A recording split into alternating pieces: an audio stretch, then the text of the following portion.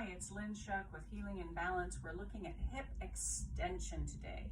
The very first thing we did was working toward hip flexion, and we were trying to move the pelvis around to get to flexion. Flexion, if you remember, is the front of the pelvis and the front of the thigh coming toward each other, whether that's the thigh staying still and the pelvis moving, or the pelvis staying still and the thigh moving.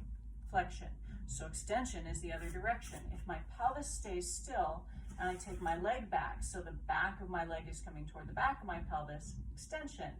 I could also keep my leg still and tip the pelvis back. Now, we tend to have much more limited hip extension. The only place it happens naturally in our movements is in walking, and even there, a lot of us don't really take that full extension back there. So one of the poses that's often taught to create better hip extension is a front lunge.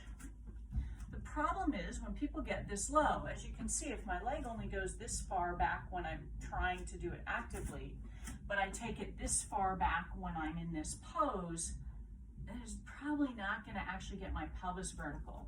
And in fact, what happens is people's pelvises tip forward, and now I'm still in the same alignment of pelvis to leg. And so then when people try and get their body upright, they just arch their back and the pelvis gets stuck. So trying to bring that pelvis up, we end up bending the leg. We're not working on it here. So we're going to take two different directions to try and get to that hip extension on the back leg.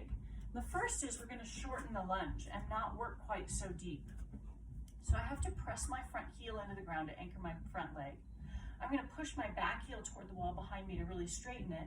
And then without losing that back leg, I'm going to see if I can lift the front of my pelvis up, up, up. Now it's not going to move very far, but you are going to feel glutes engaged. You're going to feel front of the hip and thigh.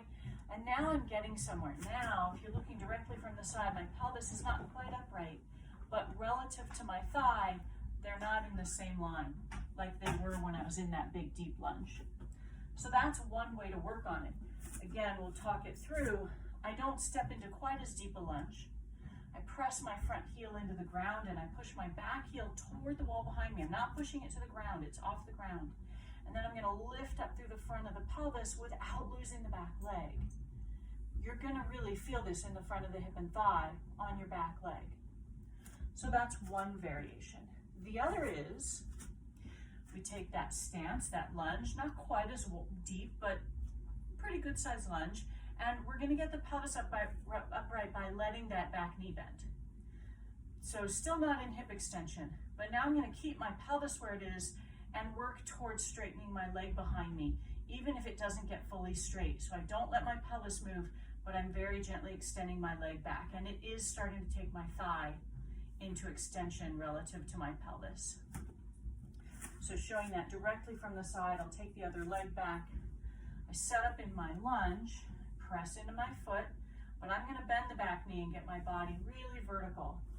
I'm going to keep my body vertical and gently try and push my heel back, not toward the floor, but toward a wall behind me. Two different ways to work on extension in the same pose.